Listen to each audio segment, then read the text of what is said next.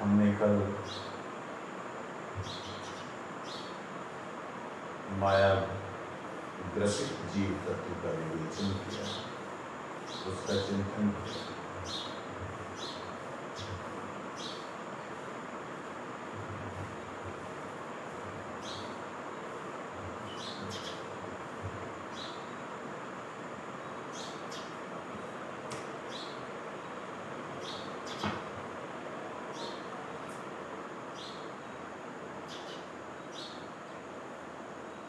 प्रश्न किया ब्रजनाथ जी ने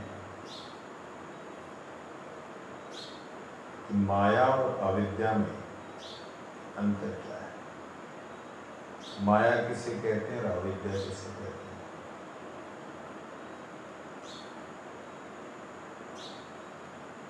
बाबा जी महाराज कहते हैं 16वां अध्याय है ये, प्रमेय के अंतर्गत मायाग्रसित जीव तत्व का विवेचन।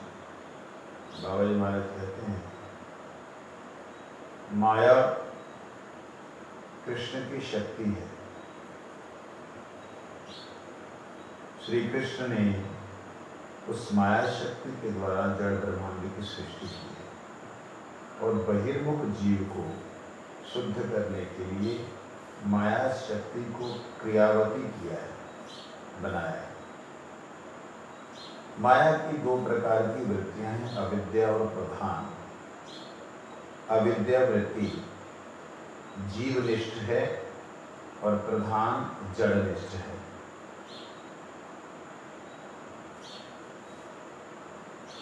माया की दो प्रकार की वृत्तियां हैं। माया दो प्रकार से स्वाभाविक रूप से काम करती है। वृत्ति का मतलब होता है स्वाभाविक रूप से क्रिया। जो क्रिया आपके जन्म सिद्ध स्वभाव में है उसको वृत्ति कहते हैं। दो प्रकार की, एक है अविद्या, दूसरी है प्रधान। अविद्या जो है वो जीवनिष्ठ है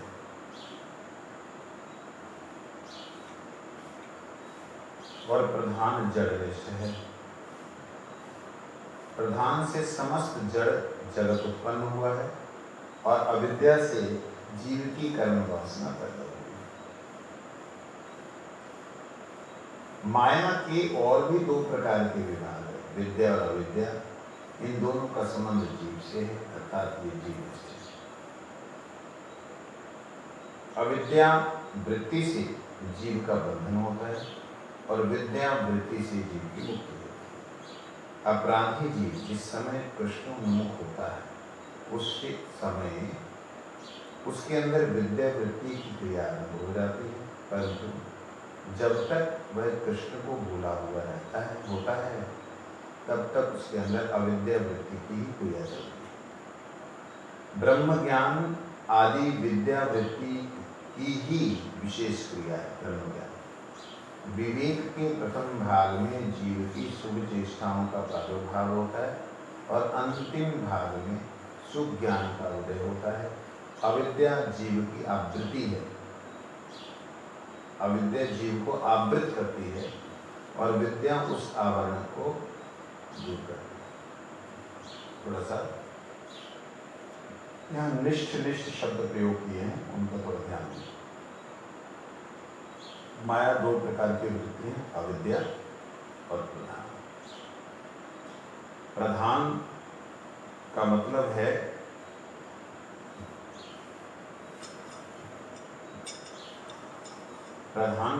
है जो जड़ तत्व है। जड़ तत्वों में कौन कौन से आते हैं? जो स्वयं ही कोई क्रिया नहीं कर सकते, कोई चेतन तत्व की प्रेरणा या चेतन तत्व के साथ जुड़ने के कारण उसकी क्रिया नजर आए, उसे कहते हैं जड़। जैसे इस लकड़ी में आग है, ये आग दिखलाई नहीं दे रही, कोई व्यक्ति इसको घिसेगा जलाएगा तो इसमें आग दिखलाई देगी। जैसे आकाश में जल है, जल दिखलाई नहीं देगा, कोई तत्व उसको टक्कर मारेगा, उसको मिलाएगा, तब उसमें जल दिखाई देगा। तो जल होने पर भी वो जल क्रियाहीन है, अपने आप कुछ नहीं करेगा जब तक कोई नींबू नहीं डालेगा। अग्नि होने पे भी अपने आप पे जला तो रही है, सब क्रियाएं उसको दिखलाई दे रही, लेकिन वो ये नहीं है कि इसको जलाएगी या उसको जलाएगी। बात समझ? उसके अंदर अपनी स्वयं की इच्छा नहीं। जिसके अंदर स्वयं की इच्छा नहीं होती, क्रिया नहीं होती, जब अनुभूति नहीं होती, उसको जड़ कहते हैं। ये सारे जड़ तत्व जो है प्रधान से प्रकट होते हैं। जिससे प्रकट होते हैं उसे क्या कहते हैं? प्रधान। क्या बोलते हैं? प्रधान। प्रधान। तो प्रधान का मतलब क्या है? जिनके द्वारा आधान हो। आधान शुरुआत, आधान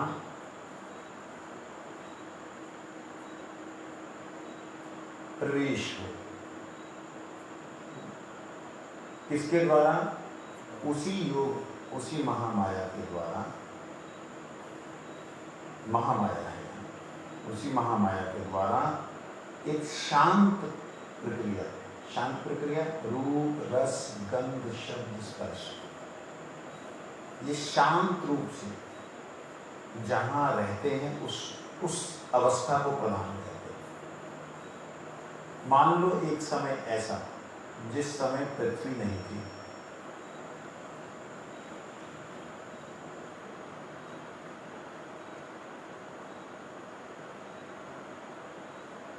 और ऐसा मानो एक समय जिस समय जल नहीं था, जिस समय अग्नि नहीं थी, जिस समय हवा भी नहीं थी, और जिस समय आकाश भी सुप्त रूप में था, उसमें कोई तरंगे नहीं थी। ऐसा समय की कल्पना करो। उस समय भी रूप, रस, गंध, शब्द, स्पर्श जो अप्रत्यक्ष रूप से रहता है उसको कहते हैं प्रधान। समझ आई कोई बात? समझा?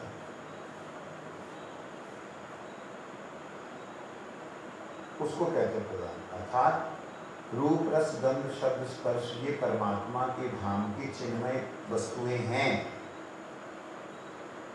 ये क्या है? चिन्मय वस्तुएं, रूप, रस, गंध, शब्द, स्पर्श। परंतु माया में ये छाया के रूप में, ये छाया के रूप में होने से दिखलाई नहीं दे रहे थे। तो जो छाया के रूप में दिखलाई नहीं दे रहे थे उसे प्रधान कहा गया। परंतु उसी प्रधान से सारा जड़ जगत प्रकट हुआ, रूप, रस, गंध, शब्द, स्पर्श सब प्रकट हुआ। तो मूल रूप से चिन्मय जगत की छाया में वो छुपा हुआ चिन्मय जगत का जो रूप, रस, गंध, शब्द, स्पर्श का विषय है, छुपा हुआ था, उसको वहां पर प्रकट किया। तो वह महामाया की दो क्रियाएं, अविद्या और प्रधान। प्रधान ने जड़ जगत प्रकट किया।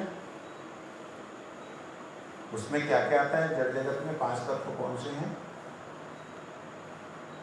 बराबर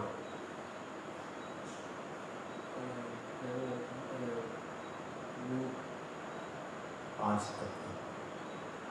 भूमि, आकाश, जल, वायु, अग्नि। ठीक है, ये 5 तत्व। इन्हीं के अंदर रूप, रस, गंध, शब्द, स्पर्श होता है। कैसे? पृथ्वी में क्या होता है?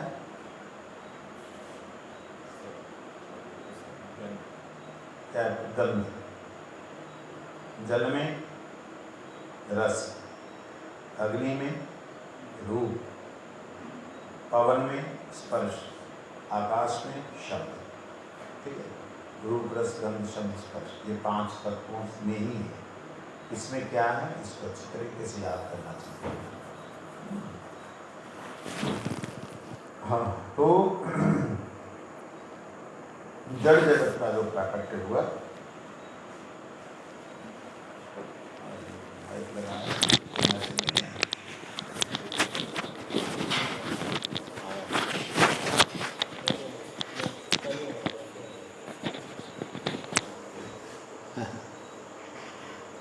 तो रूप रस गंध शब्द स्पर्श का जो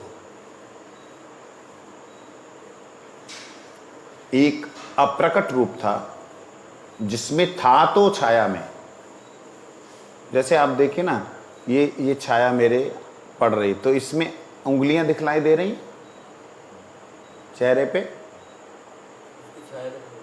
दिखलाई दे रही ना, तो ये उंगलियां तो नहीं दिख रही, इसकी छाया दिख रही। तो उस छाया स्वरूपी रूप रस गंध शब्द स्पर्श को प्रधान कहा मोटी भाषा में। तो उसमें क्या 5 तत्व ही थे, मन बुद्धि अहंकार नहीं था प्रधान में, तो वो भी गिना जाएगा प्रधान में। वो तो सूक्ष्म तत्व है ना, जड़ तत्व की बात हो रही है, वो तो अर्ध चेतन है, वो नहीं गिना जाएगा प्रधान में। जड़ जगत अगर देख, जैसे भगवान ने बोला तस्तु अन्य विद्धि प्रकृति में अपरा, ये अपरा प्रकृति है, अगर अपरा प्रकृति की क्रियाओं को देखें तो उसको गिनना पड़ रहा है, प्रैक्टिकली वो क्रियाशील है और जड़ जगत क्रियाशील नहीं है। लेकिन वो भी तो क्रियाशील तब है जब अणु चैतन्य उसमें प्रवेश करता है, तब वो क्रियाशील है, अन्यथा वो स्वयं से क्रियाशील तो नहीं है। अनुचेतन, शांति से थोड़ा सा, अनुचेतन जो उसमें स्वाभाविक रूप से अनुचेतन के बिना वो क्रिया नहीं करते, लेकिन वो कोई अलग से तत्व भी नहीं है कि अलग से मन बुद्धि अहंकार उनको पकड़ के उसमें प्रवेश किया, जैसे इसमें अलग से पकड़ के प्रवेश करता है, ऐसा कुछ नहीं है। इसलिए मन का और जय हो, दंडवत प्रणाम स्वामी। तो मन का इसलिए बहुत दूर तक संबंध है भगवान के साथ, बहुत मतलब नजदीक तक कह लो संबंध है। निर्मन मणामद भक्तो मज्जादि माम नमस्कुरु, अगर वो जड़ होता तो भगवान क्यों बोलते मन मेरे को अर्पण कर। वस्तु की क्रिया पे डिपेंड करता है कि वो चेतन है या नहीं चेतन, चंचल है, चंचल है कौन? मन। मन जब वस्तु है तो मतलब मन एक उपकरण है, तो चंचल कैसे हुआ? चंचल हमारी चेतन सत्ता के साथ जुड़ने के कारण है, अन्यथा चेतन मन भी है, जैसे जड़ मन है ना, ऐसे चेतन मन भी है। लेकिन जड़ 5 तत्व हैं, आकाश अग्नि पवन जल पृथ्वी, ये सब जो है ये चेतन में नहीं है। ये 5 तत्व जो प्रधान के मुख्य रूप से, वो उसमें नहीं है। किसमें? चेतन में। वहां पे जो भूमि है, भूमि है ही नहीं ऐसी, चिन्मय जगत का, तो इसलिए प्रधान उसको कहा गया। प्रधान का मुख्य कार्य जो है वो जड़ जगत उत्पन्न करना है, और जड़ जगत में मन बुद्धि अहंकार को लेते हैं जितने भी मीमांसक हैं, जितने भी शास्त्रों के ज्ञाता हैं, सब लेते हैं, परंतु वह उसको जड़ नहीं मान सकते, क्योंकि वो चेतन जगत के अवस्था में पहुंचने तक रहते हैं। मतलब ये तटस्थ अवस्था में भी हैं, जड़ नहीं है, वहां चेतन स्वरूप से। इच्छा क्रिया अनुभूति, इच्छा क्रिया अनुभूति। इच्छा किससे होती है? मन से। क्रिया किससे होती है? बुद्धि से। अनुभूति किससे होती है? क्रिया होती है अभिमान से, अनुभूति होती है बुद्धि से। इच्छा मन, क्रिया अभिमान, अनुभूति बुद्धि। तो इच्छा क्रिया मन बुद्धि अहंकार का जो चिन्मय स्वरूप है वो इच्छा क्रिया अनुभूति है। तो इसलिए जब हम जड़ जगत बोलते हैं, आचार्यों ने इसको लिया है प्रधान के अंदर, इनको लिया है और भी लिया है, 64 प्रकार का तत्व लिया है प्रधान में। परंतु वो 64 प्रकार के आगे आगे के विकार हैं। इंद्रियां, ये उसके तन्मात्रा, ये सब आगे के विकार हैं। मूल रूप से यहाँ पे जड़ जगत जब हम बोलें तो जड़ जगत को हम 5 तत्व ले, 5 तत्व के जितने विकार हैं सारे इसी प्रधान से ही, प्रधान रूपी वृत्ति से प्रकट होते हैं, माया के। ठीक है। दूसरा अविद्या। अविद्या जो है चेतन के साथ जुड़ी हुई। अविद्या जो है ये माया के अंदर जब विद्या ही नहीं तो अविद्या कहाँ से होगी। 5 तत्व जो हैं उसको बहुत बड़ा विषय बना के बैठे हुए साइंटिस्ट लोग, वैज्ञानिक लोग, बहुत बड़ा विषय। जल के लिए इतनी खोज, पृथ्वी में इतनी खोज, आकाश में ना जाने क्या क्या खोजें, जड़ तत्वों के अंदर ना जाने कितना कुछ खोज रहे हैं। वास्तविकता में ये अविद्या का परिचायक है, अविद्या का ही प्रदर्शन करता है। कैसे? जो जड़ जगत है, जो क्रियाशील नहीं है, जिसके अंदर चेतनता नहीं है, जो वास्तविकता में अपने आप ना इच्छा कर सकता, ना क्रिया कर सकता, ना अनुभूति कर सकता, उन तत्वों में अपने ज्ञान को लगाना ही अविद्या है। अविद्या क्या? जो तत्वों को आप पकड़ सकते हो, देख सकते हो, कर उसको, उसमें अपने ज्ञान को लगा देना ही अविद्या है। और जीव इसी ज्ञान को उनमें लगाने के कारण हमेशा के लिए संसार में बंधा हुआ है। जैसे ही जीव इस संसार की सारी क्रियाओं को, इस विशेष करके शरीर और शरीर संबंधी जितनी क्रियाएं, उनसे हट करके कृष्ण उन्मुख होने लगता है, जैसे ही होने लगता है तब उसको विद्या मिलती है। विद्या मतलब फिर वो जो छाया है, छाया से थोड़ा थोड़ा आवरण हटता जाता है। जैसे सूरज उदय होने से पहले अंधेरा छटता जाता है, ऐसे उसको फिर ज्ञान का प्रकाश होता है, मतलब विद्या मिलती है। समझ आए? कहते विवेक के प्रथम भाग में जीव की शुभ चेष्टाओं का प्रादुर्भाव होता है। ब्रह्म ज्ञान जो है वो भी विद्या की ही प्रवृत्ति है। ब्रह्म ज्ञान को कुछ मनीषीगण, वैष्णव लोग अविद्या मानते हैं। क्यों मानते हैं? कहते इससे भगवान की भक्ति जो है उससे जीव विमुख हो जाता है चिरकाल के लिए। जब ऐसा मानते हैं कि ये तो अविद्या से भी बदतर है, ये तो नरक से भी बदतर है, ऐसा वो लोग बोलते हैं कुछ लोग। लेकिन ये बात भक्ति विनोद ठाकुर जी कहते हैं सही नहीं है, क्योंकि ये विद्या अर्थात ज्ञान की वृत्ति है। ब्रह्म ज्ञान जो है वो जड़ वृत्ति नहीं है, अविद्या की वृत्ति नहीं है। विवेक के प्रथम भाग में जीव की शुभ चेष्टाओं का प्रादुर्भाव होता है, जो विवेक उदित होता है। विवेक कैसे कहते हैं, बहुत बार समझाया।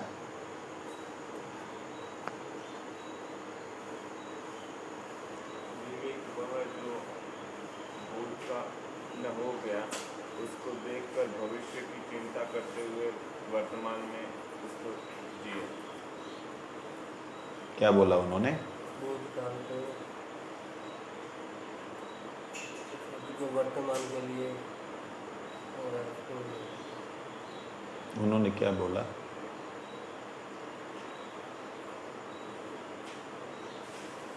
उसे कहते हैं विवेक। ठीक है ना? जब ये विवेक उदित नहीं होगा ना तो फायदा ही नहीं जीने का। मनुष्य नहीं है वो, फिर वो पशु है। जो व्यक्ति पहले से शिक्षा ना ले, भूतकाल से शिक्षा ना ले, भविष्य को ठीक करने के लिए, भविष्य की चिंतन करते हुए कि मैं भविष्य में वहाँ जाना है, उसको ठीक करके वर्तमान को जो स्थिर ना करे, वर्तमान को ठीक ना करे, वर्तमान में ठीक ना चले, वो व्यक्ति पशु है। ये सिर्फ मनुष्यों में विवेक होता है। पशुओं में ये विवेक नहीं होता। मैंने तो कई बार देखा पशुओं में ज़्यादा विवेक होता है। कैसे? जैसे ही भूकंप आने लगता उनको पहले पता लग जाता, वो ऊपर भाग जाते हैं। मनुष्य वहीं के वहीं हाई टाइड कर रहे होते हैं, वहाँ चिल्ला रहे हो, दब करके ले जाते हैं। ये पशु पक्षियों के अंदर विशेषता है। तो विवेक किसको कहेंगे? कहते विवेक कहने का मतलब यहाँ पर केवल जीना और मृत्यु का आभास करके भाग जाना, इसे विवेक नहीं कहते हैं। यहाँ पर इस स्तर पर, प्रथम स्तर पे जो विवेक है, उस विवेक का शुभ चेष्टाओं का प्रादुर्भाव होना। शुभ चेष्टा क्या है? भगवान की भक्ति। इन चेष्टाओं की शुरुआत होना ही वास्तविकता में विवेक है। इसीलिए तो पशु पक्षियों में हमसे ज्यादा सेंसिटिविटी होने पर भी उन्हें विवेकी नहीं कहा गया। कि पूर्वन मान हुआ, कांप रहा है, भाग गए, पहाड़ पे चढ़ गए, अरे बाप रे नीचे कांप रहा है, नीचे से हाई टाइड आ रहा है, वो मतलब वो सुनामी आने वाली है। वो जो सुनामी आने से पहले जो उसकी वाइब्रेशन है जो धरती की, उन्होंने समझ ली और भाग ली। मनुष्य ओ देखो देखो लहरें कितनी ऊंची उठ रही हैं, सारे वहां पे खड़े होकर नहा रहे, बाद में बिल्डिंग की बिल्डिंग खत्म कर दी। समझ लगी? तो मनुष्य अपने आप को जो विवेकी समझता है, उनसे ज्यादा विवेक जड़ संसार के लिए पशु पक्षियों का मैं ऐसा मानता हूं। परंतु यहां भक्ति विनोद ठाकुर जी उस विवेक का बिल्कुल भी वर्णन नहीं कर रहे। यहां वह विवेक तो बुद्धि से भी नीचे की बात है, ठीक है ना। यहां विवेक वो है जो शुभ चेष्टाओं का प्रादुर्भाव करा दे, आपको माला करवा दे, हरि नाम शुरू करवा दे, हरि नाम करने का भाव बढ़ जाए, इस प्रकार की क्रिया को और कहते हैं। और अंतिम भाग, शुरुआत तो हुई शुभ क्रियाएं, चलो जी हरे कृष्ण कर लिया करो, आरती कर लियो करो, ऐसे थोड़ा थोड़ा। मैंने आजकल बोलना शुरू किया कि कम से कम जो लोग भजन नहीं करते 24 मिनट अपने जो है भगवान के लिए दिया करें। 2 घड़ी 12 मिनट की, 24 मिनट की 1 घड़ी होती है, 1 घड़ी जो है भगवान के लिए दिया करें। ऐसा बोलना शुरू किया। क्या करें? 60 में से 59 घड़ी तुम खाओ, सो, लड़ाई करो, झगड़ा करो, कुछ करो, 1 घड़ी ठाकुर जी के नाम पे बिना कुछ मांगे देना शुरू करो। ये मैंने बोलना शुरू किया। कई लोगों ने इसे शुरू किया, उनको बड़ा आनंद आ रहा है, अच्छा लग रहा है। तो उसका अंतिम लक्ष्य जो है, ये शुरुआत है, अंतिम लक्ष्य है सुज्ञान का उदय होना। मैं भगवान की शक्ति का अंश, भगवान का दास हूं, ये ज्ञान का उदय हो गया तुम्हारा। तुम भगवान के दास हो ना? ज्ञान है कि नहीं ये बात का? तो है, लेकिन ज्ञान कहते अविद्या जीव को आवृत करती है और विद्या जीव को अनावरण करती है। एक ढकती है, एक हटाती है। तो अपने आप हटाती है या अपने आप ढकती है? क्या है? ना तो अपने आप ढकती है, ना अपने आप हटाती है। जो जिस तरफ जाता है वो उस तरफ, अविद्या के अंधेरे की तरफ जाता है तो अंधेरा ही बढ़ता चला जाता है अविद्या की तरफ, और विद्या की तरफ जाता है, ज्ञान की तरफ चला जाता है तो उसका ज्ञान बढ़ता जाता, प्रकाश में होता जाता है। ये दोनों जो वृत्तियां हैं माया की, ये बिल्कुल स्थिर वृत्तियां हैं, जिस तरफ जाना चाहो उस तरफ चले जाओ। ब्रजनाथ जी कहते प्रधान की क्रिया कैसी होती है? जो प्रधान है उसकी क्रिया क्या है? कहते ईश्वर चेष्टारूप काल के द्वारा माया प्रकृति शोभित होने पर सर्वप्रथम महतत्व उत्पन्न होता है। माया की जिस वृत्ति का नाम प्रधान है, वे क्षोभित होने पर द्रव्य की सृष्टि होती है। महतत्व का विकार उत्पन्न होने पर अहंकार होता है। अहंकार से तामस, विकार से आकाश पैदा होता है। ये देखो, अहंकार से, अहंकार के तामस विकार से आकाश पैदा होता है।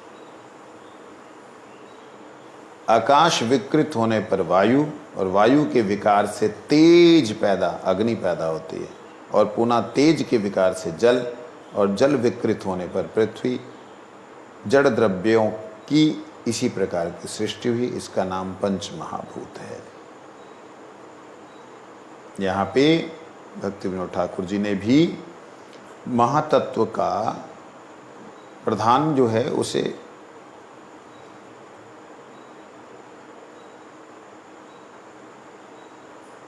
ईश्वर चेष्टा रूप काल के द्वारा,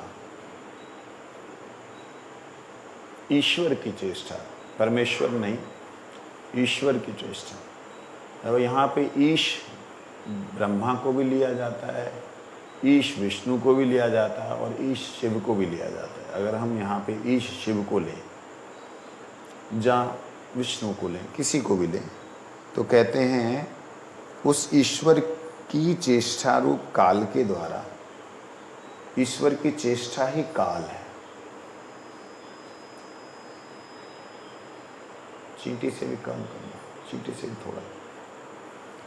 ईश्वर की चेष्टा रूप, उसको काल कहते हैं। ईश्वर कुछ क्रिया करता है ना तो काल है वो, चेष्टा। हाँ। माया प्रकृति शोभित होने पर ईश्वर का काल, ईश्वर जो है वो ये चेष्टा करने लगा तो उसे काल कह दिया। मतलब महाकाल शिव के द्वारा अगर कुछ क्रिया हुई, जहां उनकी चेष्टा हुई, कोशिश हुई, उसे काल कहा। काल के भी काल, महाकाल को ही अगर ईश मान लें तो। और कहते हैं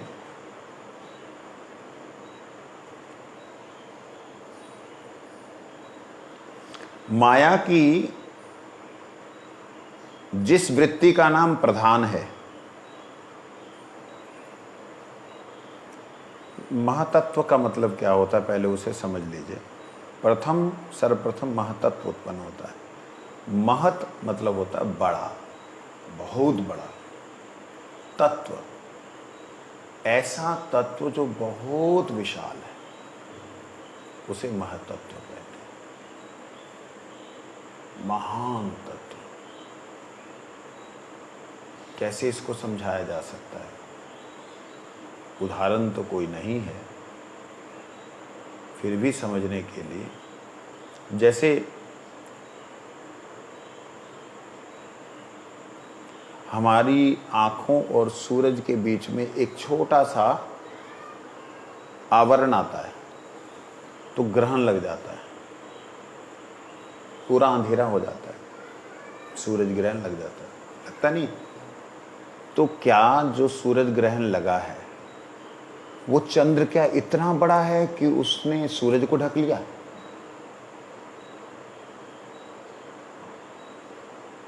तभी तो सूरज ग्रहण लगा ना। पृथ्वी और सूरज के बीच में जब चंद्र आ जाता है तो उसे सूरज ग्रहण कहते हैं। तो क्या इतना बड़ा है कि उसने सूरज को ढक लिया?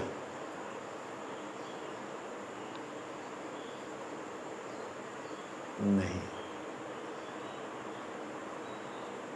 बड़ा नहीं है, लेकिन सूरज के आगे आने के कारण उसका इतना ज़्यादा अंधेरा हो जाता है कि उसके सामने आने वाली जो चीज़ें हैं वो अंधेरे में डूब जाती है। बात समझ आई? इसीलिए वो महान दिखता है तत्व वो महान नहीं है। महातत्व वास्तविकता में महान नहीं, महान तो उसको चलाने वाला है, वो काल पुरुष है जो उसे चलाता है। वो काल पुरुष कौन है? जो महाकाल से क्रियान्वित होता है। कुछ समझ आया? ये ग्राफ बना सकता है? ये चीज थोड़ा सा टफ है, लेकिन जय हो, क्या बोल सकते हैं।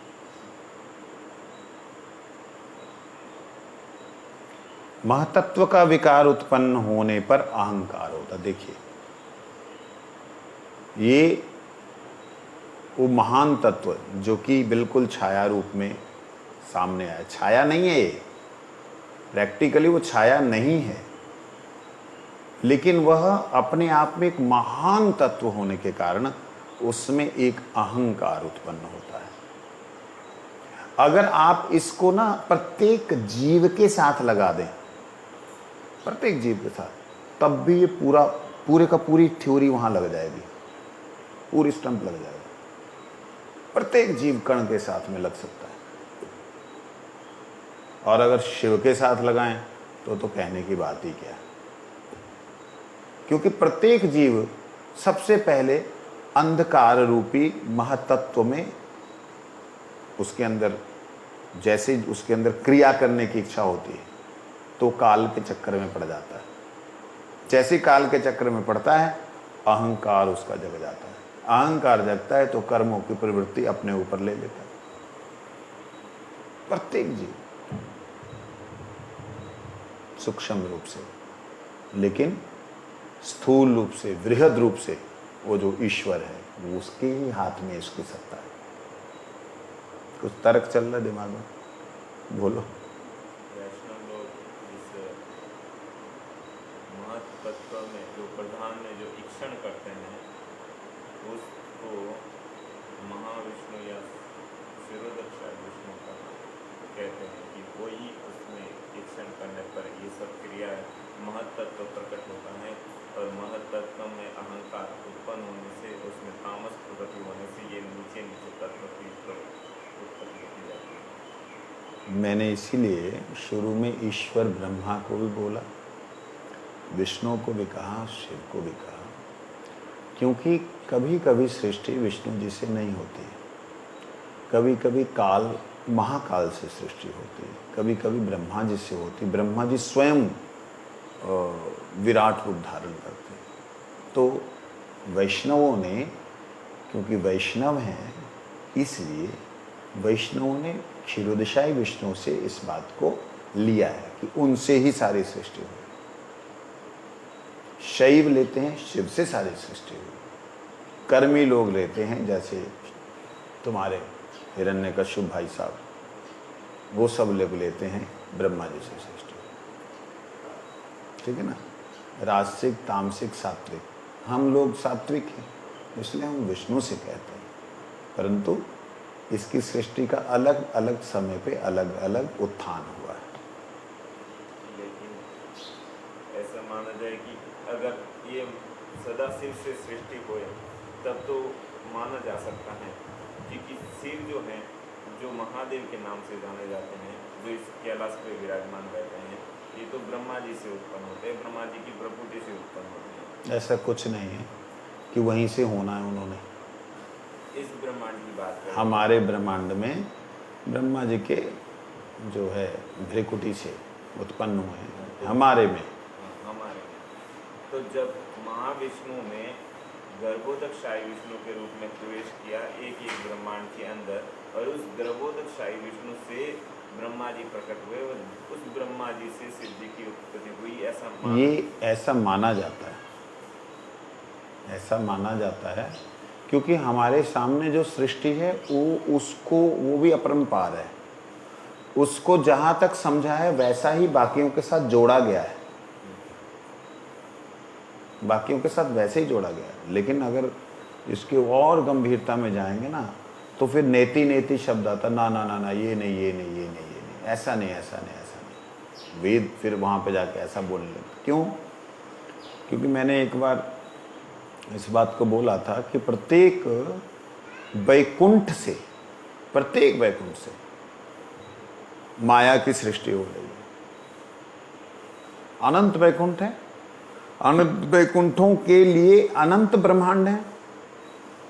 एक एक ब्रह्मांड के साथ में एक एक वैकुंठ का लिंक है। उसमें कहीं पे ब्रह्मा, कहीं पे शिव, कहीं पे योगमाया देवी, कहीं पे महामाया देवी, वो सृष्टि करते हैं। बड़ा अद्भुत है। हमारे को जो हमारी सृष्टि हुई थी उसका वर्णन किया गया है।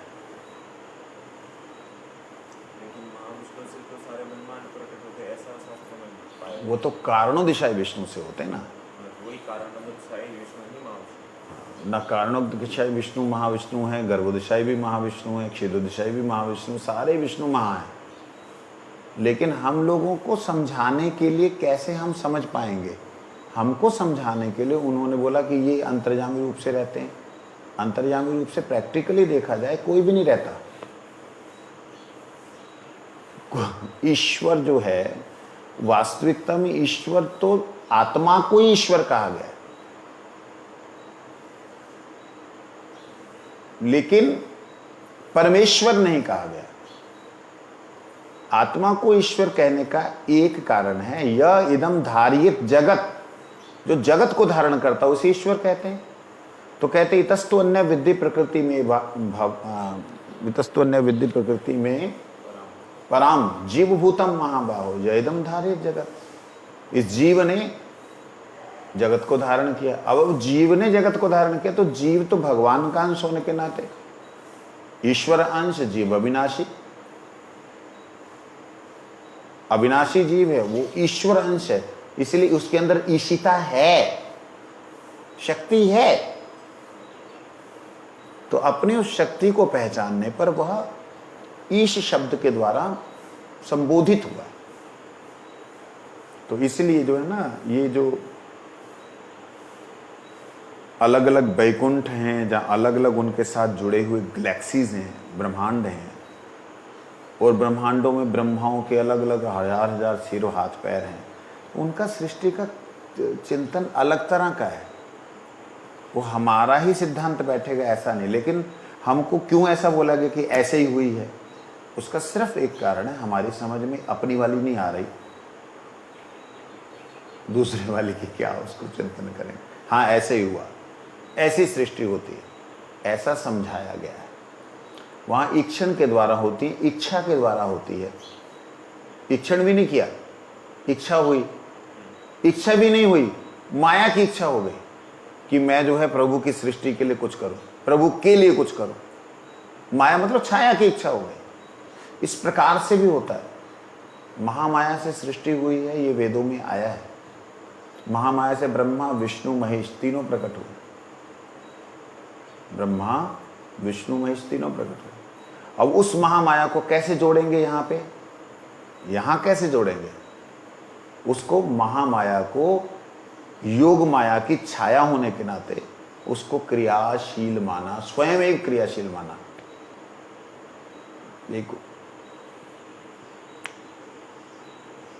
उपपुराण है जिसमें माया से सृष्टि के बारे में वर्णन है। जैसे देवी भागवत है, उसमें माया, ब्रह्मा विष्णु महेश माया से प्रकट हुए, ऐसा बोला गया। तो वो माया क्या है उसको देखना जरूरी है। वो माया है ब्रह्म। ब्रह्म को माया कैसे बोल दिया आपने, तो अपराध है। ब्रह्म तो माया नहीं है जी। ब्रह्म जो है वो भगवान का स्वयं का आवरण है। इसलिए जो भगवान को आवृत करे, भगवान कहते हैं योग माया सम आवृतः, सम्यक रूप से मैं योग माया के द्वारा आवृत रहता। ये जोड़ने वाली माया है। अब उस माया की छाया से, जहाँ छाया में कोई क्रिया होती है तो वो माया, महायोग माया की क्रिया बोली जाएगी। और वहां से यतो वयमानि भूतानि जायन्ते, उस ब्रह्म से क्या हो रहा है, महद योनि है ना,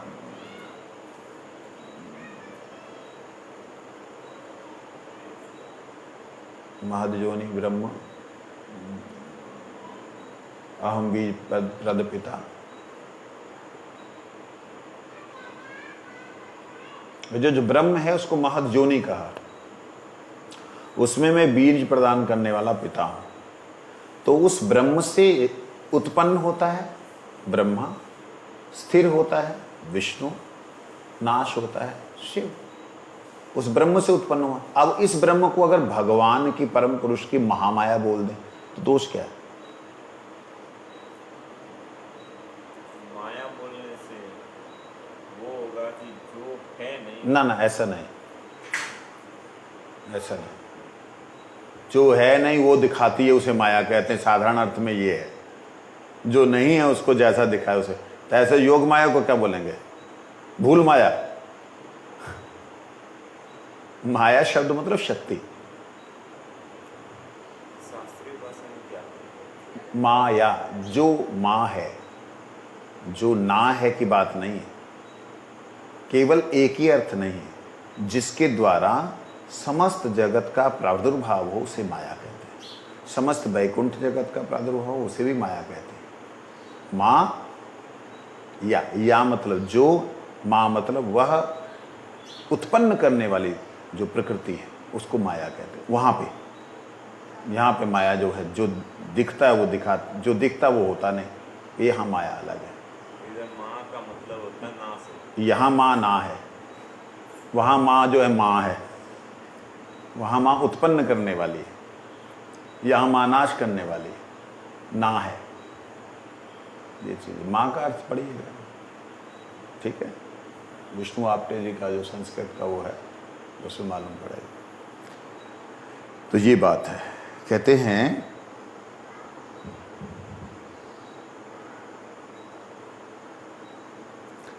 ये माया से जो वृत्ति, माया की जो क्रिया है, वृत्ति है, स्वभाव है, उससे प्रधान है। वो शोभित होने पे द्रव्य की सृष्टि करता है। अब ये प्रधान शब्द कोई वस्तु को निर्देशित करता है?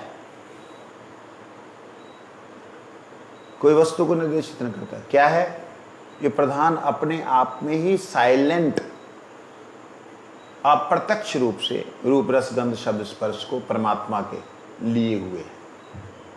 वो जो मैंने एक उदाहरण दिया कि छाया में मेरा आकार दिखता है, वो ऐसा कहने के लिए, लेकिन ये वास्तविकता में ये पूर्णतया अलग तत्व है। इसको हमारे पास में शब्द नहीं डिस्क्राइब करने के लिए, बतलाने के लिए शब्द नहीं है, समझाने के लिए शब्द नहीं।